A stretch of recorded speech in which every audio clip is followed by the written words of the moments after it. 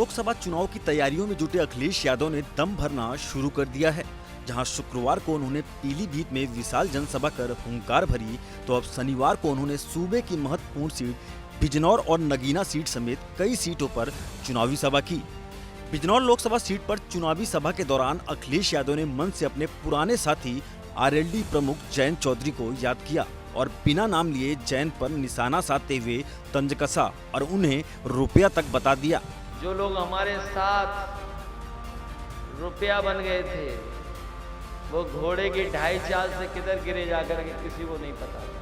अखिलेश यादव के इस बयान को अब जयंत के पिछले दिनों शतरंज की चाल वाले बयान से जोड़कर देखा जा रहा है, जिसमें जयंत ने अखिलेश की शतरंज में नहीं फंसने की बात कही थी।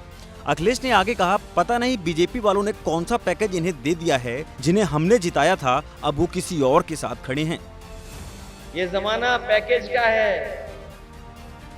पता नहीं विधायकों को कौन सा पैकेज दे दिया गया जिससे हमें छोड़ के चले गए।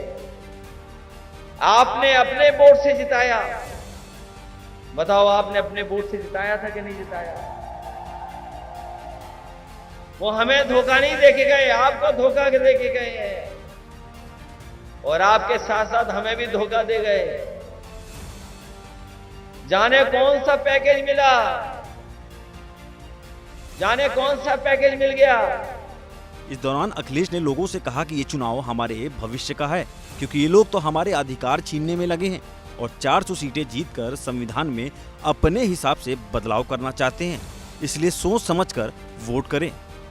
लेकिन आने वाली हमारी पीढ़ी, उसका भी चुनाव है। ये 400 लोकसभा जीत करके पता नहीं कौन सा संविधान में बदलाव लाना चाहते हैं। उस संविधान में, जिस संविधान को बाबा साहब भीमराव अम्बेडकर जी ने दिया, और उस संविधान के तहत हमें आपको अधिकार मिले हैं, उन अधिकारों को ये छीन रही है। इनके लिए कोई कानून नहीं है, इनके साथ कोई चला है उसके लिए कोई कानून नहीं है। ये अपनी बड़ी बड़ी संस्थाएं जो हैं उनको खत्म कर करके अपने लिए इस्तेमाल कर करके लोगों पे दबाव बना रहे हैं।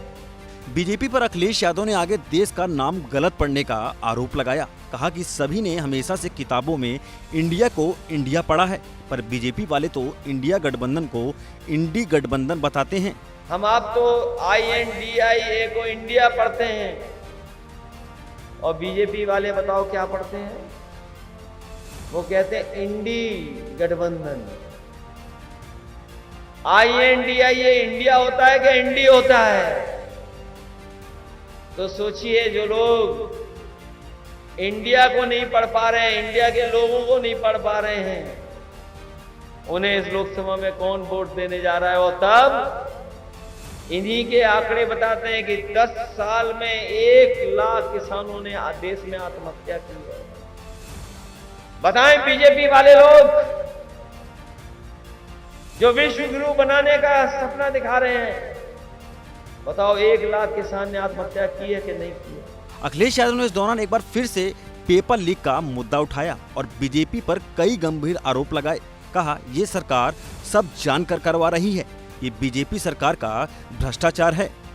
जो नौजवान पढ़े लिखे हैं, डिग्री हासिल करे लोग हैं, जो नौकरी की तलाश में जा रहे होंगे, वो जानते होंगे एक एक परीक्षा का पेपर लीक हुआ है। जितनी भी परीक्षा हुई है सरकार की, सब में पेपर लीक हो गया। यहां भी मुख्यमंत्री आए होंगे, देश के प्रधानमंत्री आए होंगे आसपास, क्या बताओ पेपर लीक के बारे में उन्होंने कुछ कहा?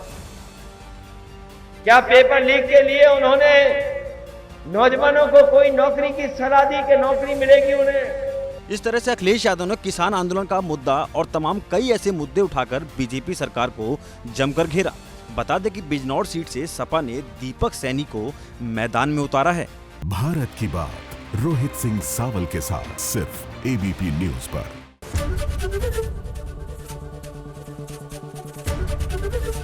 ABP गंगा, खबर आपकी, जुबान आपकी।